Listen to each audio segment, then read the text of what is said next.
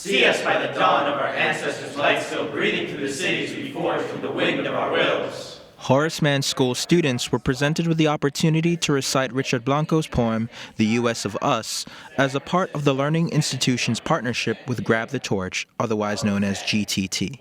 CEO of GTT, Dave Aldrich, described how Blanco's story could inspire the Bronx youths. Everyone here knew that there was a part of them up there. And I think what Richard conveyed was anyone can accomplish what he's accomplished.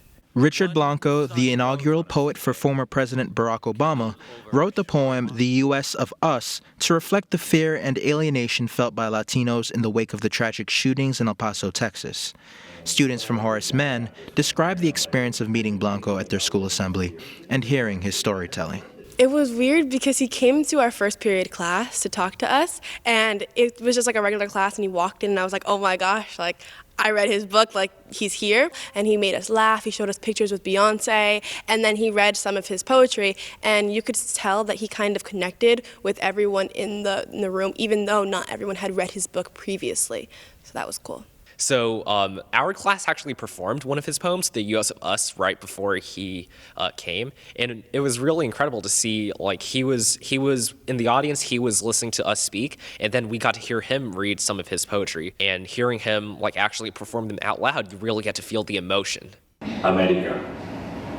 Although Tia Miriam boasted she discovered at least half a dozen uses for peanut butter, topping for guava shells and syrup, butter substitute for Cuban toast, hair conditioner and relaxer. Mama never knew what to make of the monthly 5-pound jars handed out by the immigration department until my friend Jeff mentioned jelly. There was always pork though, for every birthday and wedding, whole ones on Christmas and New Year's Eve, even on Thanksgiving Day. Pork, fried, broiled, or crispy skin roasted, as well as cauldrons of black beans, fried plantain chips, and yuca con mojito.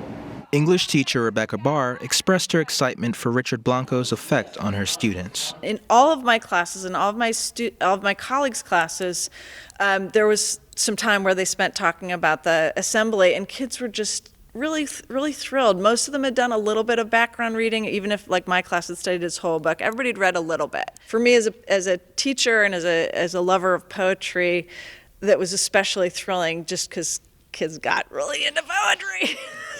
Grab the Torch believes each youth will contribute to the greater good and enhance his or her life when given an effective foundation in leadership, ethics, purpose, and philanthropy.